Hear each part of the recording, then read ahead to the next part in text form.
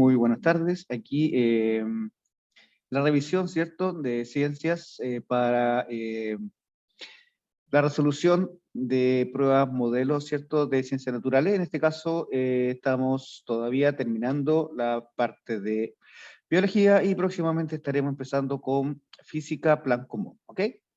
Así que en este momento lo que estoy haciendo es abrir justamente, ahí sí, en donde voy a compartir la pantalla. Y acá estamos. Ya, perfecto. Estás compartiendo la pantalla, me dice, ¿no? Entonces, nosotros la última sesión quedamos en la pregunta número 10, ¿ok? Y todas esas representaban preguntas de, ¿cómo se llama? De genética, ¿ya? En ese sentido, cuando tengan preguntas de genética, bueno, siempre generalmente preguntan por cariograma, como el que vimos ahora, preguntan por fases de mitosis, fases de meiosis, algún tipo como de mutación, ¿ya? Entonces, hay varios tipos y varias formas, ¿ya?, de poder saber, ¿ya?, qué es lo que nos están preguntando. Primero, saber muy bien qué nos están preguntando, es súper importante eso. Y la forma en que uno lo pueda responder. Bien, así que eso. En la página, ¿cierto?, de lo que significa eh, la página de Mineduc, ¿cierto?, donde están estas pruebas modelo. Recuerden que está la parte donde se explica, ¿cierto?, pero no tanto en imágenes, sino que se pregunta básicamente, o sea, se responde a través de literatura, ¿bien? No siempre se comprende muy bien, por lo tanto vamos a estar alternando, ¿cierto?, como lo hemos estado haciendo hasta ahora, abriendo páginas, buscando conceptos clave para, ¿cierto?, encontrar la información necesaria, ¿cierto?, cuando ustedes la requieran, ¿ok? Bien, entonces vamos a comenzar. ¿Está? Entonces empezamos en la pregunta 11, ¿ya? Espero que podamos alcanzar a llegar hasta la 20, ¿ya?, que es la idea, y que empezaríamos como a agarrar la colita, ¿cierto?, de física, después agarramos química y terminamos con el lectivo de biología. Posteriormente vamos a empezar con otro tipo de facsímiles, pero mientras tanto este es el que estamos utilizando. Bien, como siempre, una de las instrucciones principales que se debe hacer a todos los estudiantes, los y las estudiantes, es leer muy bien el enunciado, o sea, los datos que te entregan, la forma en que te lo entregan. Ya decía el otro profesor, ¿cierto?, el profe de lenguaje, que hay mucho distractor, ¿ah? Hay cosas que te preguntan que no están, que no son, ¿ya? Entonces, uno generalmente se va así como, ¿cuál es la palabra más rara? Ah, esa. Entonces, hay que tener cuidado, ¿cierto?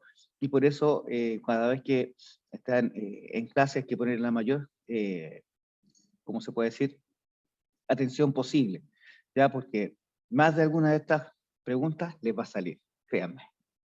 Bien, entonces, qué raro, no me estaba cargando esto. Ya, vamos a partir con esto. Bien, dice pregunta 11, módulo común. En las poblaciones humanas, ya estamos hablando de humanos entonces, ya no estamos hablando del medio ambiente.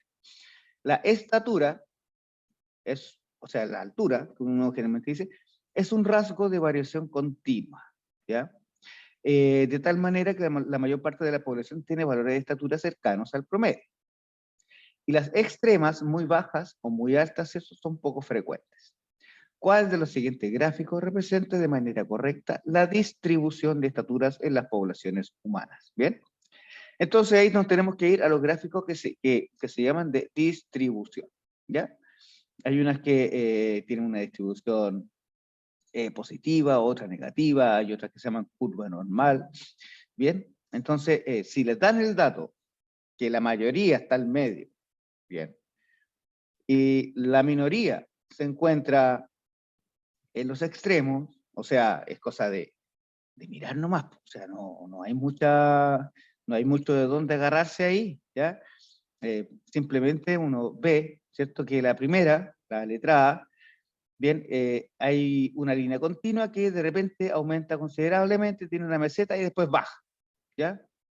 Entonces, eso es más bien como, no sé, un crecimiento bacteriano así, ¿ah?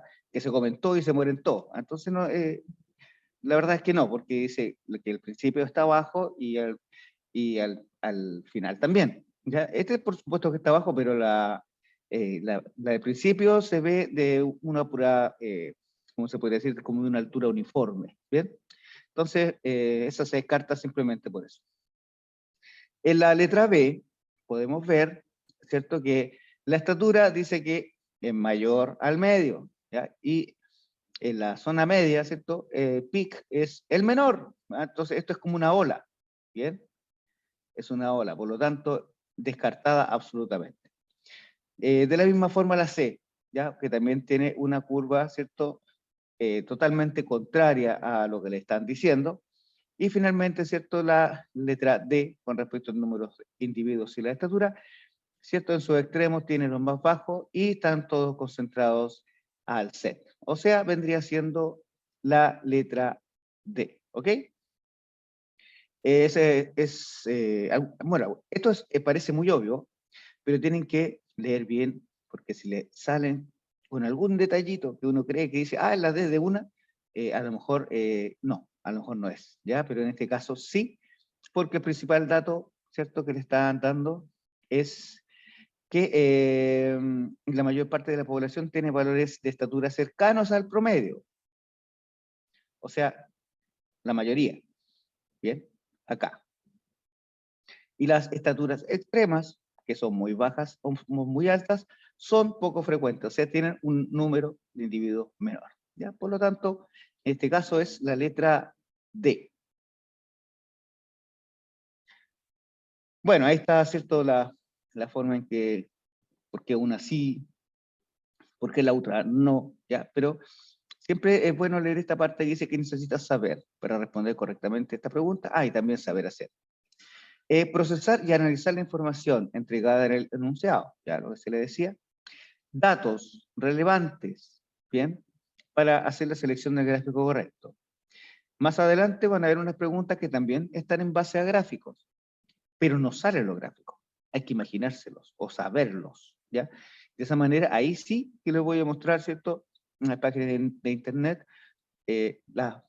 ¿cómo se llama?, los gráficos correctos, ya para interpretar los datos que le están dando. Estos datos en todo caso están en los textos, ya están en los textos, pero si hay posibilidad de internet le da una mayor amplitud, ya, y gama para que ustedes puedan encontrar rápidamente cuál podría ser la respuesta correcta, ¿ya? Ya, entonces también, aquí les dan un dato, lo que es poco frecuente, lo que es una alta frecuencia, una frecuencia media, ¿ya?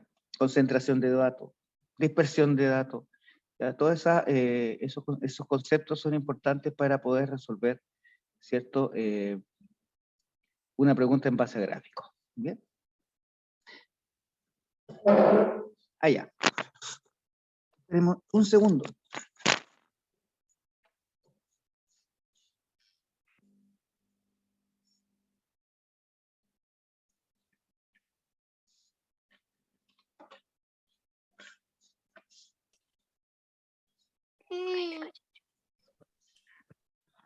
Ya. Ahí sí. Lo que pasa es que se trabaja con el computador principal y se trabaja con otros con los cuales uno va buscando información. Entonces, es súper importante que estén 100%. Ya. Vamos a ver acá cómo va el público. Está Daniela. Muy buenas tardes. Aquí estamos en la clase de ciencias naturales, ¿cierto? Para poder resolver, ¿cómo se llama? Preguntas, para poder resolverlas, ¿cierto? De la mejor manera y poder enfrentarlas. Bien.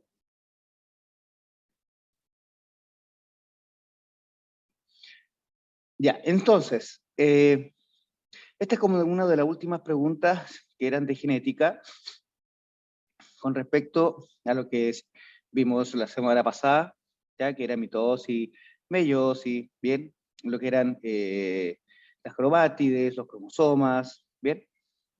Entonces acá esto se llama un árbol genealógico, bien.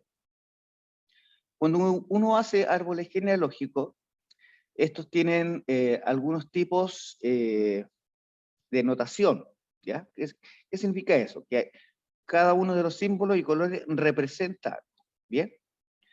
Entonces, este árbol genealógico indica lo siguiente. Cada vez que vean un círculo, significa que es del género femenino, ¿ya? Sexo femenino. Cada vez que vean un rectángulo, representa al sexo masculino, ¿bien?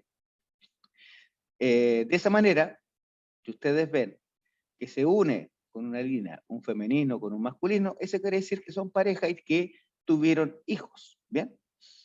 ¿Cómo se representan los hijos? A través de una línea, ¿cierto? Que vendría siendo perpendicular a ellos y que se bifurca. De acuerdo al número de bifurcaciones, es el número de hijos que tuvieron, ¿ya? En este caso, tendrían una hija, un hijo y otra hija. O sea, 3 hijos en total, ¿bien? Cuando aparece una línea blanca, ¿ya? Eso quiere decir que no es portador ni sufre la alteración o el rasgo que se les pregunta. Cuando sale en negro, quiere decir que el rasgo lo posee 100%, ¿bien? Y cuando le sale una línea blanca con negro, cortándola, eso quiere decir que es portador, ¿bien? Por lo tanto, todo lo que está en negro acá, el rasgo se exterioriza, ¿bien? Entonces, dice, de acuerdo a la figura, ¿qué tipo de herencia presenta este rasgo? ¿Qué tipo de herencia? Entonces, hay varios tipos de herencia, ¿m? Pero las principales son autosómica dominante, autosómica recesiva, dominante ligada al cromosoma X y ligada al cromosoma Y. ¿Bien? ¿Qué significa esto?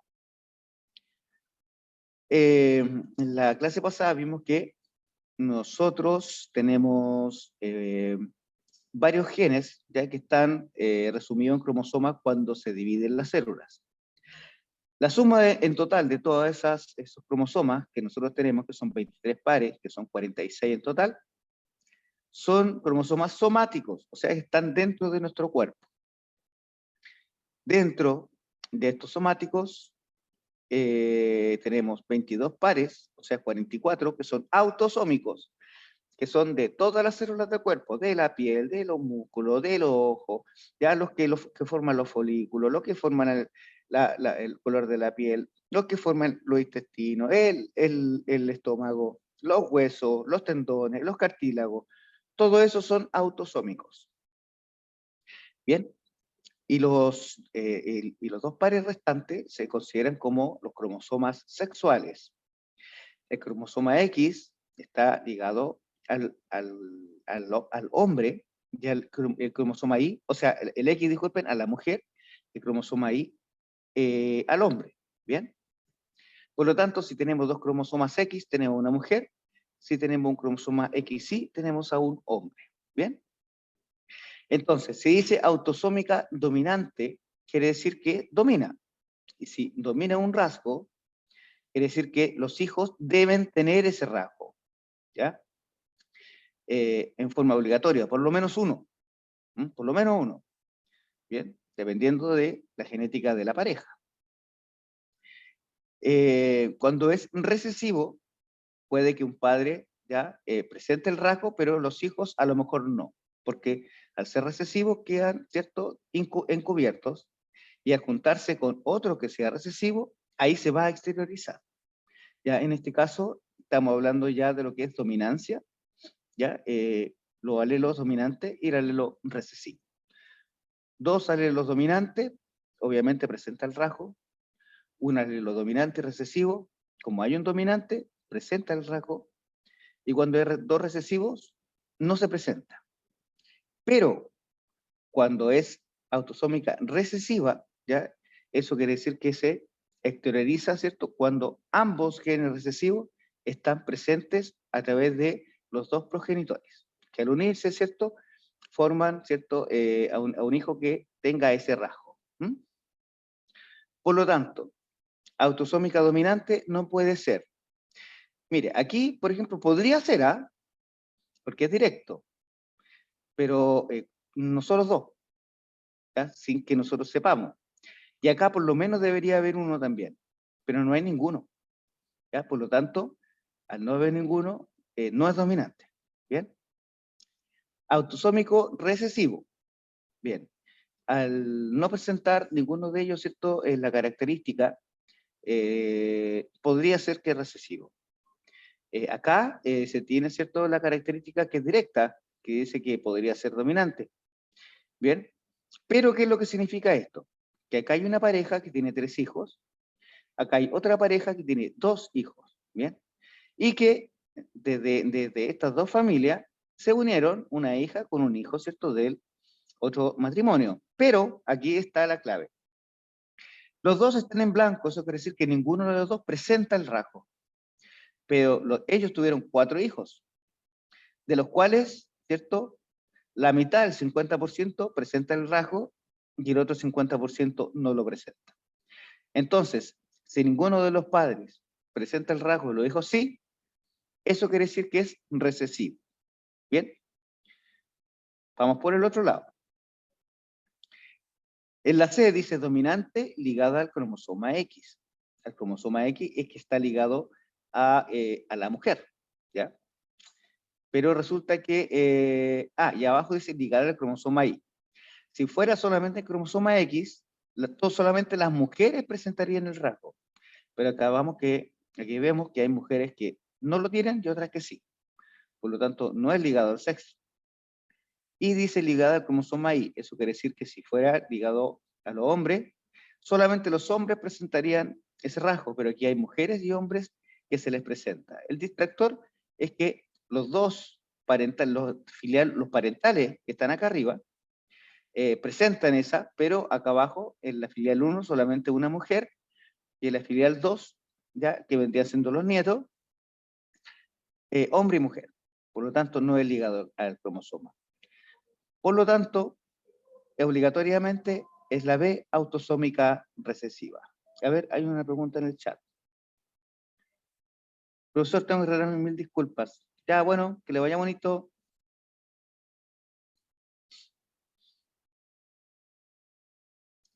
Ya, entonces, cuando uno ve esto, que se llaman clados, que se llaman, ¿cómo se llama? La representación de familia, filogenia, ¿ya? El árbol filogenético que se le llama, algunas veces te salen 4 o 5. Entonces, hay que saber bien de qué se está hablando en este sentido con respecto a la filogenia. Ahí está, cómo se responde la pregunta, está todo ahí. ¿Y qué necesitas saber, cierto? Y saber hacer para responder. Nuevamente, procesar y analizar la información, ¿ya? Entregada en el pedigrí o árbol genealógico, en el contexto de la heredabilidad de un rasgo, ¿ya? Estableciendo la dominancia de alelos que sean dominantes o recesivos y el tipo de herencia, autosómica o ligada al sexo, ¿ya? Entonces, si es ligada al sexo, solamente uno de los sexos lo puede exteriorizar, en cambio, y el otro sexo vendría siendo un portador. Así que, por lo tanto, este es la autosómica recesiva, ¿bien? Que es la letra B. Ya, se nos fue entonces la Daniela. Pregunta 13. Ya, esta pregunta 13 habla de la productividad, ¿bien? Entonces, si hablan de la productividad, nosotros tendríamos que, en forma obligatoria, ¿cierto?, hablar de productores y consumidores. En este caso vendríamos viendo en la cadena trófica, ¿ya? Eh, entonces, diga.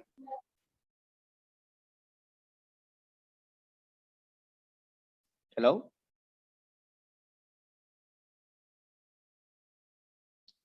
Ahí está don Luis Vicaño. Hola, ¿qué tal? Muy buenas tardes.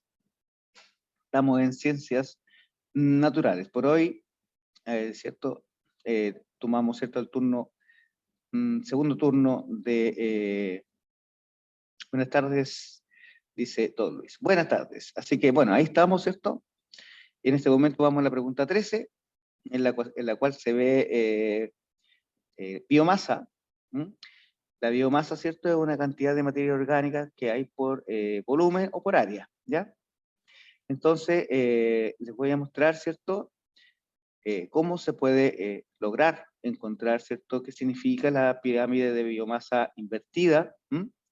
Esto es en la parte de ecología y ecosistemas, ¿ok? Por lo tanto, es muy importante, ¿cierto?, conocer los tipos de pirámides, ¿bien? Cuando una es hacia arriba y la otra es hacia abajo.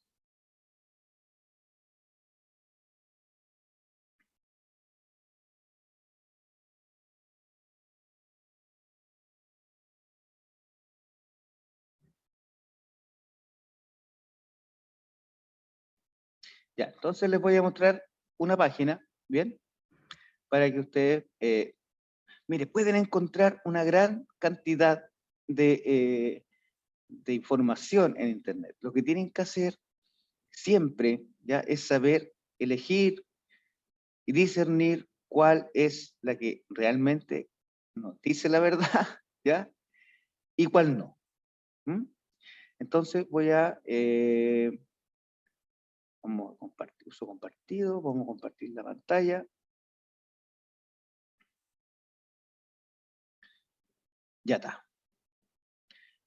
Entonces, ¿qué fue lo que se hizo? Entonces, para conocer las pirámides de biomasa hay que conocer las pirámides, ¿ya? Que son las pirámides ecológicas, que principalmente son tres. Pirámides de número, de energía y de biomasa. De número es la cantidad de individuos que hay por cierto nivel trófico. Bien, vamos a ver ahí qué significa nivel trófico. Y el otro, la pirámide de energía. ¿Cuánta energía, cierto?, es la que se va traspasando de un nivel trófico a otro? ¿Ya? Y finalmente, ¿cierto?, está el de biomasa, que es la cantidad, ¿cierto? Muchas veces puede ser en toneladas, en kilos, ¿cierto?, que se produce en un determinado tiempo y en un área determinada, ¿bien? Esto generalmente lo hacen para ver la productividad de los bosques, del trigo, del choclo, ¿ya? Y estas se utilizan indirectamente en realidad, pero se utiliza bastante. Entonces ustedes buscan pirámides de biomasa invertida, ya que es la pregunta que le están haciendo, ¿cierto? Hay varios tipos de pirámides, ¿ya? Entonces ahí dice pirámide ecológica, bloque de biología. Ya, veamos. Ahora, lo que es muy importante es cuando usted mire en Google, cuando le sale no es seguro, hay que tener cuidado, ¿ya? Y no hay que entrar a esas páginas porque puede haber, ¿cierto?, alguna cookie que te vaya a seguir, ¿cierto?, que te pueda entrar y te quiera quitar alguna clave, ¿cierto? Por lo tanto, si dice no seguro y si tienes cortafuego, lo más probable es que ni siquiera te deje abrir esa página, ¿ya? Entonces, si pinchan, ¿bien? Donde sale aquí, ¡pum!, ¿cierto? Nos abre una pestañita al lado, ¿ya? Entonces dice blog de biología, cuerpo humano, funciones vitales, salud, nutrición, la célula, genética, ecología, ¿ya? Entonces pueden encontrar una variada gama. Esta, por ejemplo, tiene bueno, aparte de eso, tiene muchos tópicos. células, aparatos circulatorios, enfermedad genética, microorganismos, ¿ya? Entonces, sí que es muy bueno, se encuentra que es bueno y es seguro, lo pinchan, ¿ya? Generalmente hay que pincharlo, ¿cierto? Acá arribita, donde dice agregar a pestaña favorita, ¿bien? Y poner listo, ¿cierto? Y la tienen, ¿cierto? Entre los marcadores para cuando ustedes necesiten alguna consulta sin tener que estarlas buscando, ¿bien?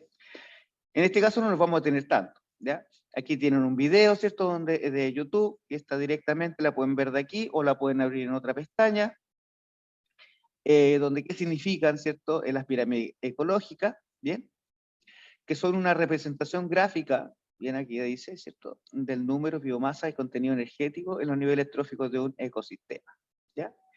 Está representado por capas o segmentos, ¿ya? Hacia arriba, en la pirámide en cuya base se ubican los productores, o sea, los que le dan alimento, por decirlo así, a los herbívoros, ya que son los árboles, como el pasto, la fruta, las flores, el néctar, no solamente las plantas, ya, sino que todo lo que conlleva ello, incluso hasta las raíces, los troncos secos, o sea, todo lo que sea que dé alimento, ¿cierto? Al nivel que sigue, que dice los herbívoros, ¿bien?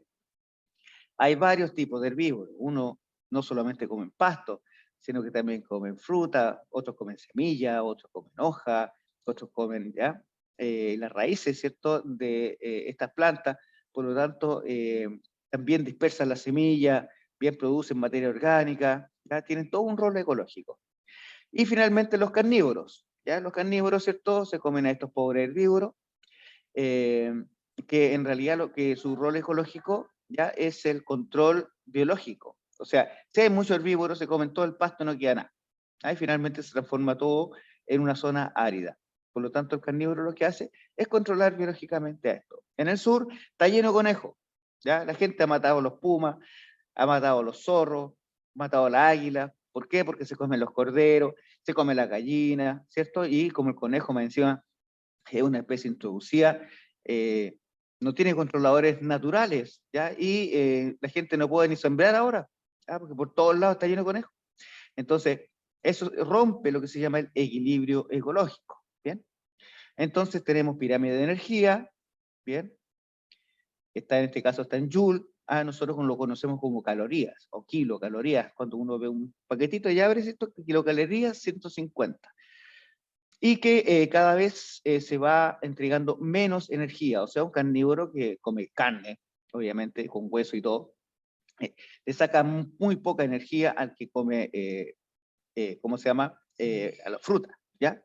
Por lo tanto, siempre se va perdiendo un poco de energía, lo que se llama el ley del diezmo. Se va perdiendo, o sea, solamente se puede utilizar el 10% de la energía del nivel trófico inferior, ¿ya? Tenemos los productores, ahí está la plantita, consumidor primario, el que se alimenta de la planta, el secundario, el que se alimenta, ¿cierto?, del consumidor primario generalmente, y el terciario, que se los come a todos, ¿bien? Esa es la verdad, ¿bien? Tenemos la pirámide de números, como les decía, ¿cierto? En un árbol pueden vivir 500 orugas, en donde hay 4 pájaros y vive un halcón, por ponerle. Eso significa el número, o sea, la pirámide de números, el número de individuos, ¿cierto?, que viven en un cierto sitio. Bueno, esto es lo que nosotros vimos anteriormente, lo que era isotónico, hipotónico, la parte de evolución. Es fascinante, ya. Bueno, aquí tenemos lo que nosotros queremos ver. Esta es la pirámide de biomasa. La pirámide de biomasa, ¿ya?, es una gran cantidad de masa que hay en ciertos lugares, de lo cual los herbívoros, ¿cierto?, pueden, de esa biomasa, pueden ocupar, pasan a ello una muy pequeña parte, y para el carnívoro ni se ve, ¿ya? Esa es la verdad. Y si tenemos, eso quiere decir que hay mucho productor, ¿ya? Hay algunos herbívoros y muy pocos carnívoros. En cambio, en la que son las pirámides invertidas, que están acá, bien, la letra B, esta representa una pirámide de biomasa invertida, y justamente lo que la pregunta, que es de plancton y zooplancton, tenemos una gran cantidad de zooplancton, una más o menos nomás de fitoplancton, o sea, que son microalgas. Entonces, ¿qué quiere decir eso? Que si está invertida, eso quiere decir que no es que no haya fitoplancton, hay mucho.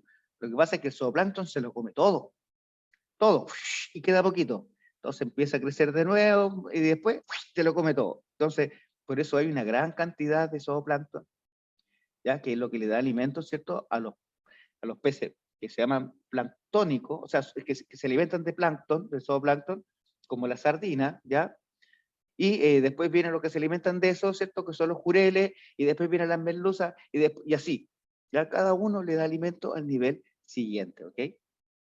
Entonces, si nos vamos a la pregunta.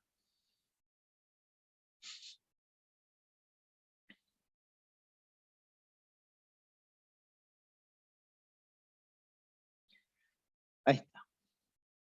En sistemas altamente productivos, como los arrecifes de coral, ya del Océano Pacífico, se han descubierto ecosistemas con pirámides de biomasa invertida.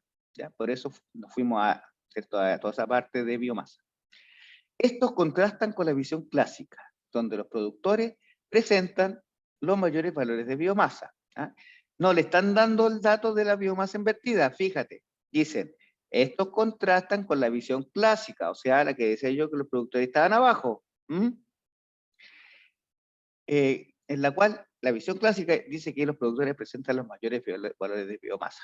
Al respecto, ¿en cuál de las siguientes situaciones se produce una pirámide de biomasa invertida? ¿Bien? Aquí no le muestran ningún gráfico, ningún detalle, ningún dibujo, nada. Aquí es como que ustedes saben, ¿cierto?, cuáles son las pirámides. Entonces dice, cuando existe mayor abundancia relativa de presas que depredadores. Esa es una pirámide normal, y más encima de número, porque dice abundancia, no te dice biomasa, ¿ya? Es la normal, porque siempre hay más ¿cómo se llama? Presas, o sea, herbívoros que carnívoros, que son menos. Porque los carnívoros, cuando son más, se comen todo el herbívoro y se tienen que comer entre ellos y se acabó la cadena trófica. B, cuando los herbívoros presentan una baja eficiencia de consumo. Cuando los herbívoros presentan una baja eficiencia de consumo. Si los herbívoros presentan una baja eficiencia de consumo, sería todo lo contrario, o sea, comerían tan poco que se llenarían de pasto, o en este caso de microalgas. Ahí el chat pregunto. ¿Alguna pregunta, Luis?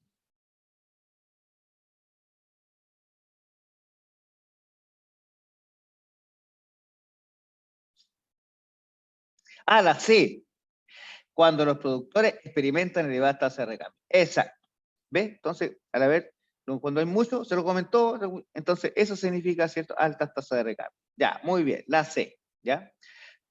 Cuando existe alta tasa de extracción de productores, eso es consumo humano, no tiene nada que ver con eso.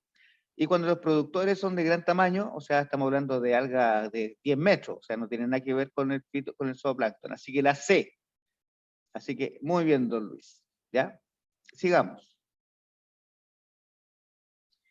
A buen entendedor, pocas palabras. Ya, pregunta 14. Seguimos, ¿cierto?, con la senda de las interacciones ecológicas, ¿ya? Para escapar de sus depredadores, algunos crustáceos se refugian en el interior de las esponjas, ¿ya? Así como algunos camarones, ¿bien? Las esponjas, las que no se ven perjudicadas ni beneficiadas con esta estrategia. De acuerdo a esta información, ¿qué tipo de interacción se establece entre estos crustáceos y las esponjas que los albergan? Entonces, en este caso estamos hablando de interacciones ecológicas, ¿ok? Cuando hablamos de interacciones ecológicas, nosotros estamos viendo la relación que se produce entre varias especies, ¿ok? Cuando la relación es entre la misma especie, se conocen como intraespecíficas, ¿ya? O sea, entre la misma especie, ¿ya? Y cuando es entre especies distintas, se llama interespecífica, o sea, entre especies distintas, ¿bien? En este caso vendría siendo interespecífica porque dice entre una esponja, ¿cierto? Y un crustáceo, digamos un camaroncito. Entonces, si nos vamos acá nuevamente, buscamos las interacciones ecológicas, tenemos que ver que hay una que sale beneficiada y la otra no, ¿bien? Entonces, si una sale beneficiada, eso quiere decir que para ellos es positivo, y para la otra no le va ni le viene, o sea, es neutro, ¿ya? Entonces ahí nosotros tenemos varios tipos de interacciones psicológicas, ¿bien?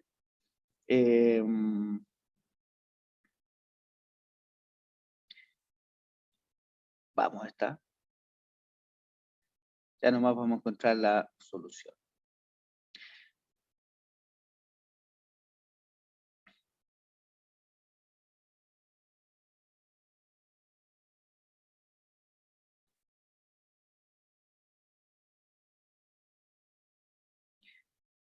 Y sale justo aquí esta cuestión, sale arriba, primero básico.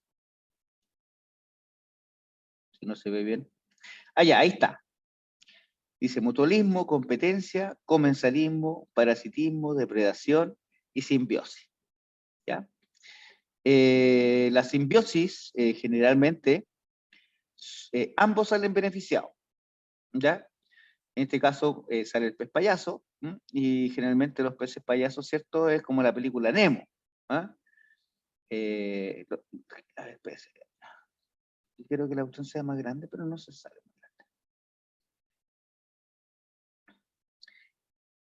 Entonces sale beneficiado, ¿cierto? Y el pez payaso, ¿cierto? Está dentro de ella, así que para ambos es beneficioso, o sea, positivo o positivo.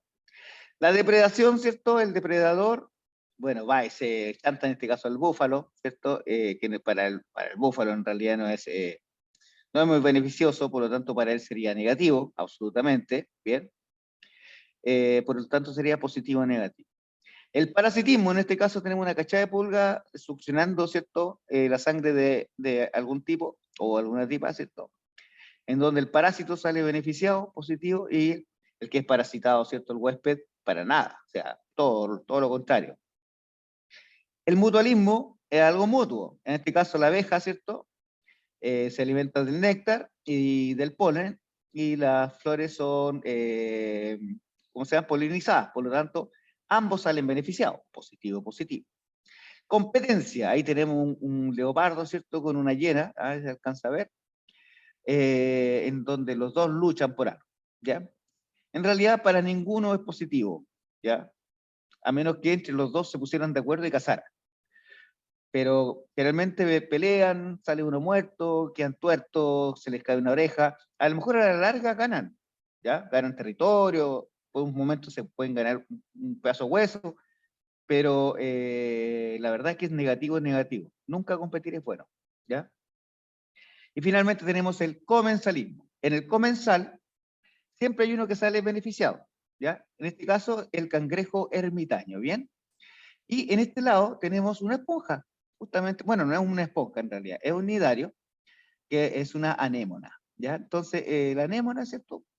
Lo que hace es sacar el alimento, ¿cierto?, del agua, así que no le va ni le viene, pero el cangrejo, ¿cierto?, vive en algún sector, ¿cierto?, de alguna conchita donde creció esa anémona. Por lo tanto, él, como la anémona es urticante, sabe que lo va a proteger, se queda ahí.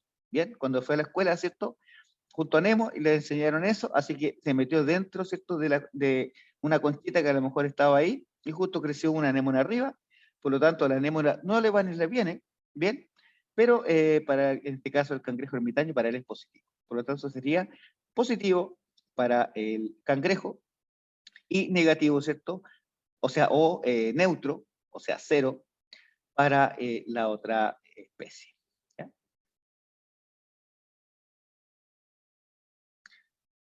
Si nos vamos a la pregunta, ya una no se ve perjudicada ni beneficiada y el otro sí sale beneficiado. Por lo tanto, ¿cuál sería, cierto? Simbiosis, comensalismo, mutualismo, competencia o parasitismo. ¿Cuál sería?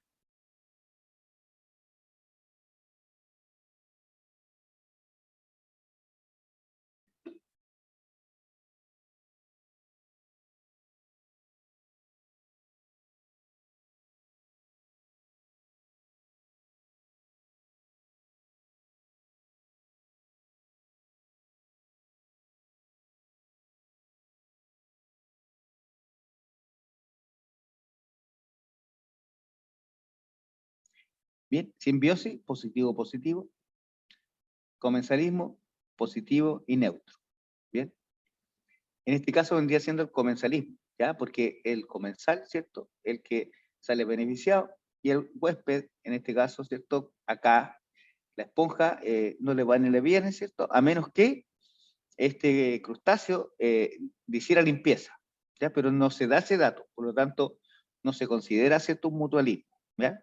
Por lo tanto, esto es un comensalismo, o sea, un comensal, ¿ok? En ese caso sería la pregunta number B.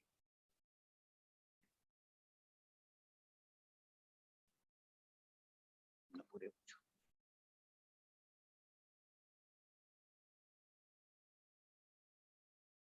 Ya. Esta es otra pregunta de gráficos, ¿ya? Aquí, nuevamente, es súper importante, ¿cierto? Lo que es ver e interpretar un gráfico. En el gráfico se presenta la variación de la velocidad fotosintética, ya, o sea, lo rápido que hace la fotosíntesis, de la especie vegetal Prosopis tamarugo. ¿Ya? La Prosopis tamarugo obviamente es un tamarugo, ya que estoy para el norte, ¿ya? En función de la intensidad de la luz. Intensidad de la luz, ¿cierto? Cuando hay poca, más o menos, o mucha luz. En dos condiciones de riego, ¿ya? Donde tienen una cantidad de agua moderada y otra cuando prácticamente no tiene agua. Bien. ¿Cuál es la variable dependiente? En este caso, dependen del agua. ¿Mm? La independiente vendría siendo la luz, porque la luz es la misma para los dos. Bien.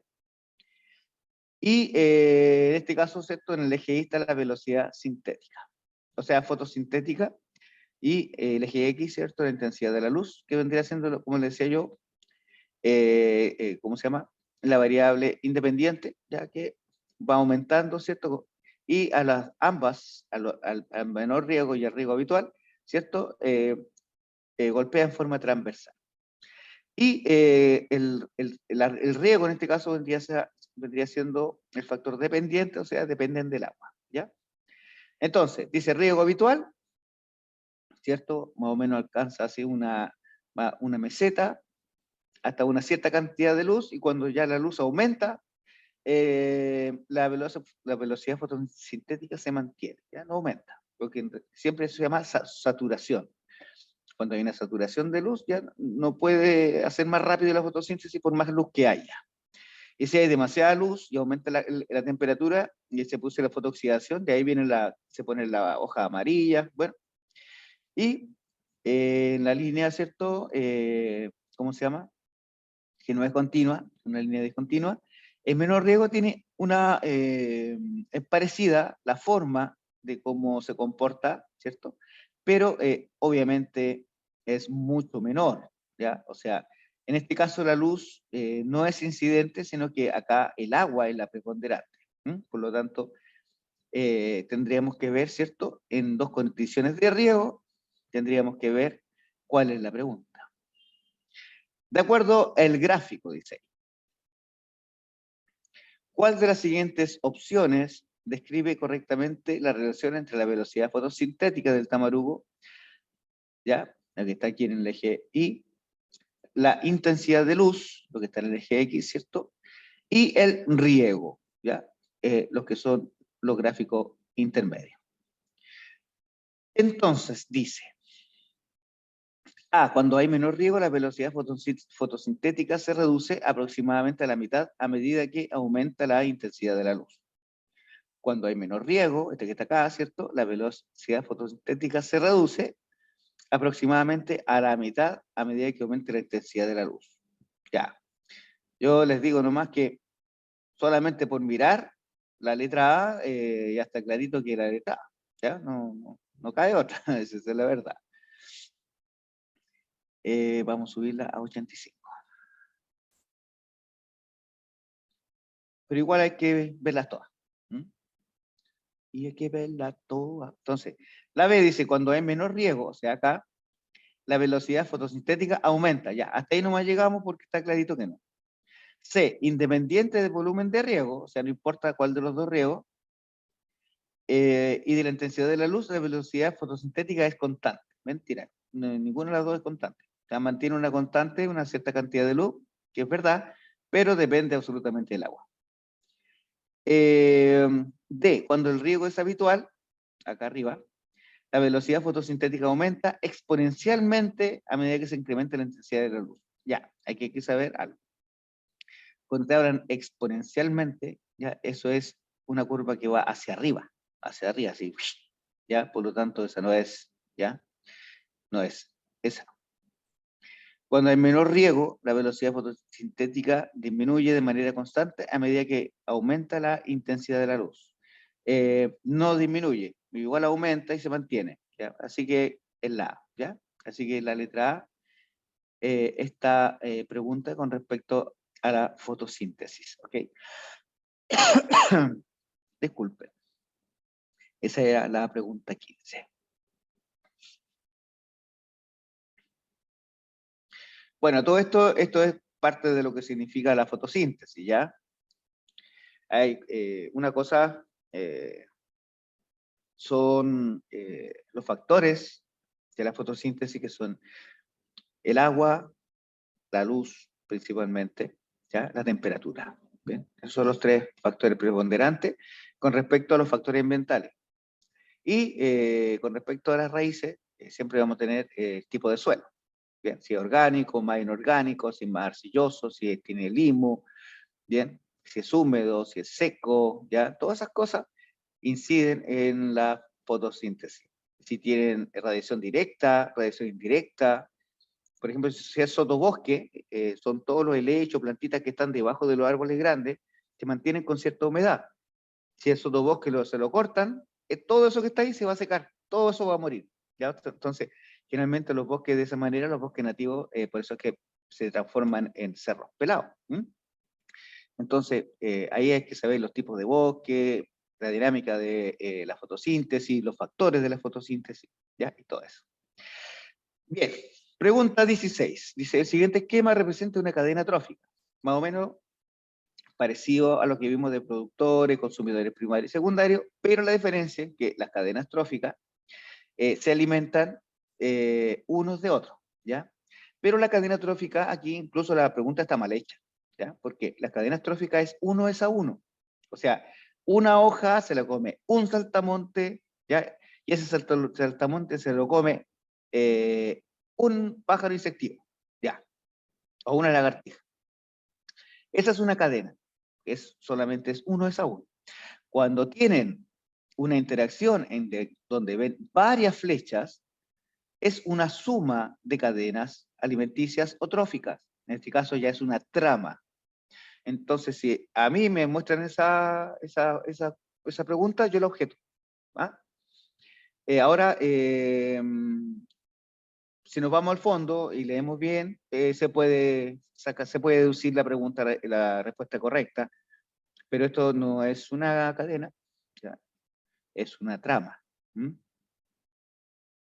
Constituida por tres niveles, o sea, productores, las que están abajo, consumidor primario, o sea, herbívoro, ¿cierto? Y arriba el otro nivel, consumidor secundario, ¿cierto? Que vendría siendo los carnívoros. Ahora no te preguntan carnívoros de primer orden, de segundo orden, ya eso no te lo están preguntando, sino que simplemente los tres niveles. Productor, herbívoro, carnívoro. No se leen de lado, se ven de abajo hacia arriba, a menos que te digan que es una pirámide invertida. ¿Ya? Si te dicen que era pirámide invertida, ahí sí, ¿ya? Podría decir que es al revés, que abajo están los carnívoros, igual al medio se querían los herbívoros, pero arriba estarían los productores. Es como la pregunta anterior, ¿ya? Entonces, al respecto, ¿a cuál de los siguientes tipos de organismos correspondría a la especie Z? Esta que está acá.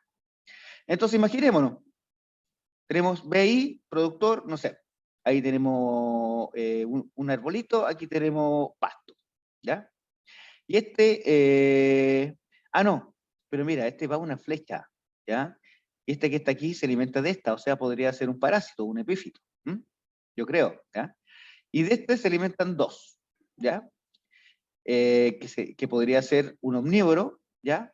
Pero el que se alimenta solo, absolutamente solo, del herbívoro es el Z. y el que se alimenta solo de herbívoros, ¿quiénes son? Los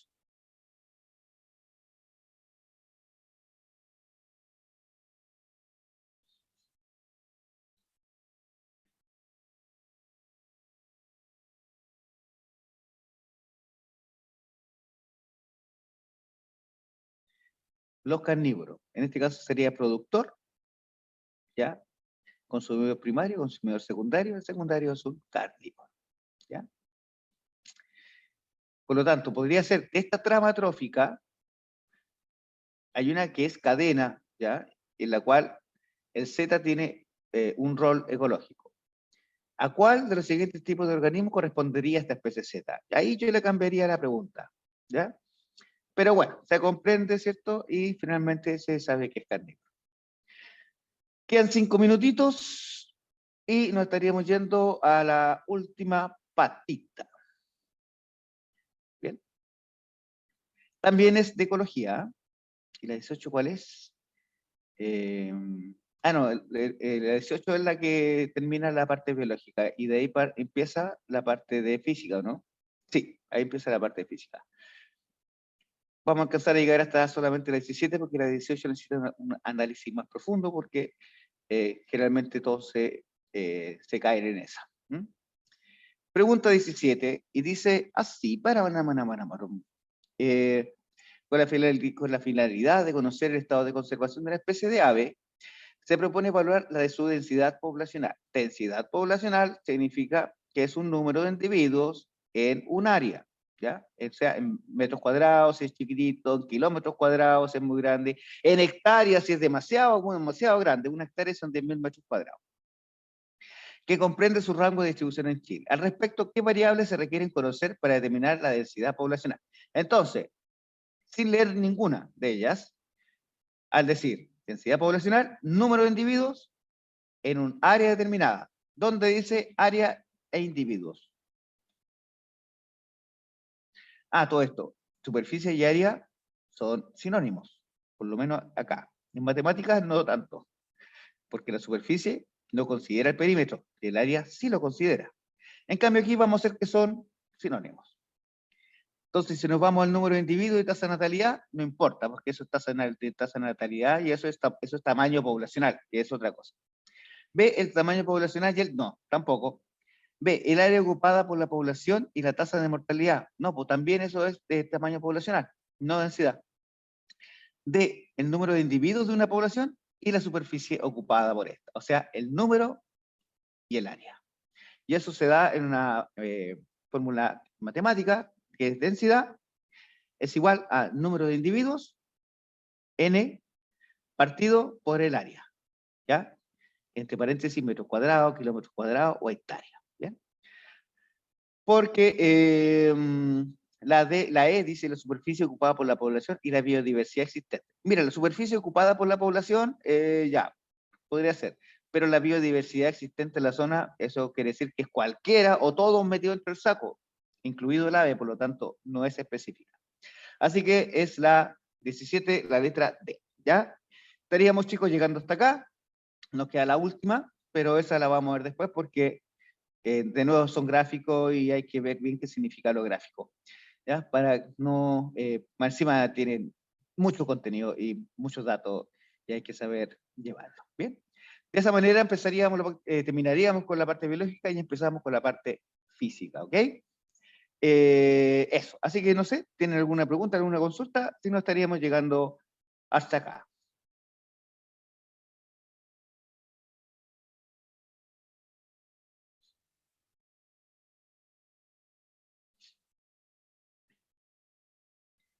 Ya, estamos entonces. Que estén súper bien, cuídense mucho y nos estaríamos viendo la próxima semana en Facsímil de Ciencias Naturales, aquí, profesor Rodrigo Aves. Nos vemos, chao.